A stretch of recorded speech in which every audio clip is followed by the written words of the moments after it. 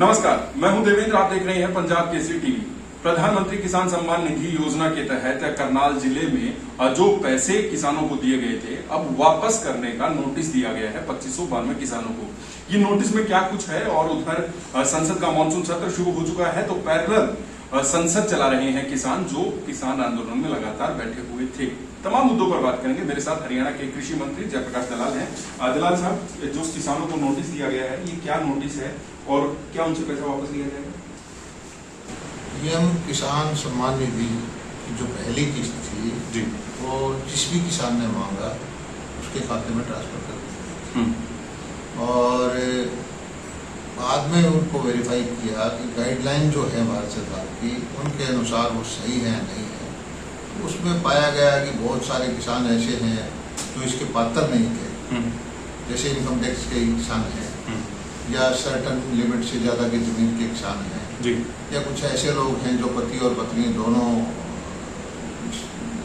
किस्त को ले चुके हैं, तो वो इसके पात्र नहीं थे। उनको कहा गया है कि भाई आप इस किस्त को वापस करें, और जो पात्र आदमी हैं उनको इस किस्त को जाने दें। ये बात है। और पहले जानकारी भी नहीं थी, और किसानों से फार्म भरवा के सबके खाते में पैसे डाल दिए गए थे, और बाद में वेरीफाई किया तो उसमें जांच में पाया गया कि ये अपात्र आदमियों के पास पैसा चला गया, और उनसे प्रार्थना की गई है कि आपका जो हक नहीं बनता वो आप ना दें। तो अगर किसान लोग पैसा वापस नहीं लौटाते हैं तो क्या कोई कार्रवाई की जाएगी विभाग की तरफ से?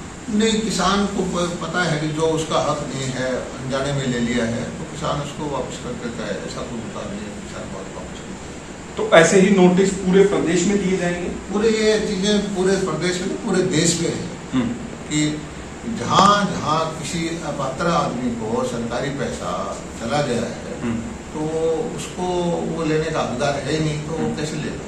जी। एक उधर संसद का मानसून सत्र शुरू हो चुका है। किसान लगातार 3 कृषि कानूनों के विरोध में आंदोलन कर रहे हैं, साथ में पैरेलल संसद चलाई जा रही है। कैसे देखते हैं आप? ये आंदोलन जो है, इसको आप किसान आंदोलन कहते हैं, मैं इसको किसान नेताओं का आंदोलन कहता हूँ, क्योंकि किसान अपने खेत में व्यस्त हैं। किसान को भ्रमित किया गया था कि मंडियाँ टूट जाएंगी, MSP खत्म हो जाएगी, किसान की जमीन को कोई सेठ साहूकार ले जाएंगे, लेकिन किसान ने देख लिया कि ये सब झूठी बात थी। किसान अपने खेतों में काम कर रहा है, लेकिन आंदोलनकारी लोग हैं कुछ जो जिनको हर मुद्दे पे आंदोलन में रहना है। इन्हीं में से कुछ नेता ऐसे हैं कि जो चाहे वो टिहरी डैम का मामला हो, चाहे किसी और पॉल्यूशन का मामला हो, चाहे NRC का मामला हो, यही नेता इनमें से कुछ लोग आंदोलन पर बैठ जाते हैं।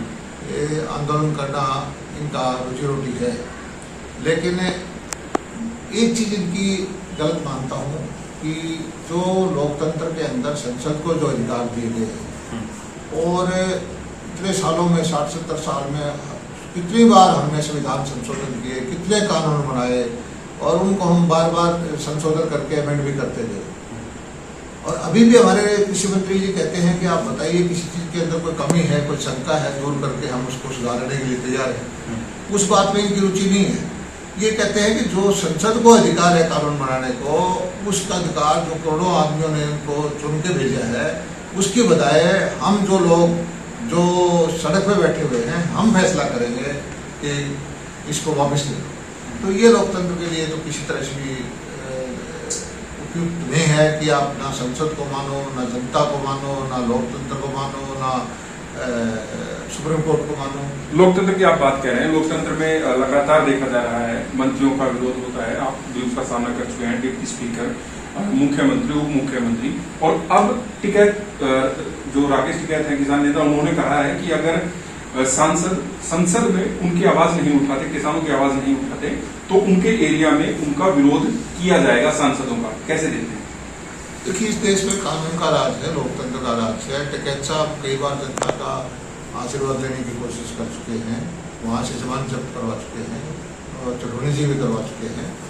और एक व्यवस्था है लोकतंत्र की, उस पर भरोसा रखना चाहिए।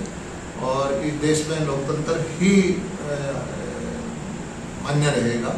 इसमें बहुत सारे लोग जो हैं दूसरे तरीके के हथकंडे बना के जो सत्ता प्राप्ति करना चाहते हैं, चुनी हुई सरकारों को अस्थिर करना चाहते हैं, उनका हिडन एजेंडा कुछ और है, नाम किसान का है, ऐसे लोग कामयाब नहीं होंगे। देश की जनता बहुत समझदार है। हरियाणा से कांग्रेस के इकलौते राज्यसभा सांसद दिव्येंद्र हुड्डा ने कल कहा है कि सरकार के पास किसानों की आवाज संसद में उठाने का वक्त नहीं है, लेकिन जासूसी करवाने का वक्त पूरा है और जासूसी सरकार की तरफ से करवाई जा रही है। देखिए, कांग्रेस से डूबता हुआ जहाज है। फेक न्यूज फैला करके जो सोशल मीडिया, फेसबुक या ट्विटर के माध्यम से आजकल भ्रम फैलाने की कोशिश कर रहे हैं, लेकिन इसमें वो कामयाब नहीं होंगे।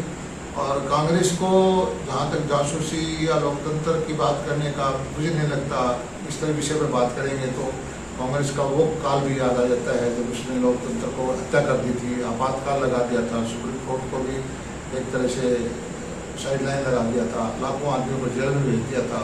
तो ऐसी पार्टी के लोग जो है, जनता इनको आशीर्वाद नहीं देती, लेकिन खबरों में रहने के लिए इस तरह के बयान दे देते हैं। मुझे नहीं लगता कि कांग्रेस को जो है लोकतंत्र में भरोसा है। कांग्रेस समझती है कि भारत की सत्ता पे शासन करने का अधिकार उसी पे है।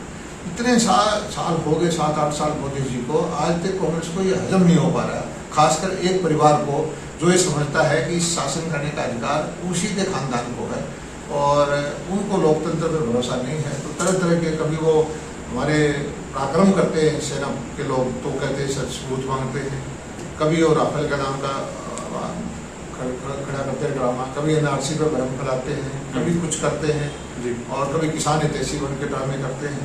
तो ऐसे लोगों को मुझे नहीं लगता कि जनता कभी आशीर्वाद देगी। जी, बहुत बहुत शुक्रिया। जयप्रकाश दलाल हरियाणा के कृषि मंत्री मेरे साथ थे और उन्होंने जो किसानों को प्रधानमंत्री किसान सम्मान निधि योजना के तहत नोटिस दिए गए हैं पैसा वापस देने के, उसको लेकर और किसान आंदोलन को लेकर मेरे साथ बात की। मैं हूं देवेंद्र, देखते रहिए पंजाब केसरी टीवी। नमस्कार।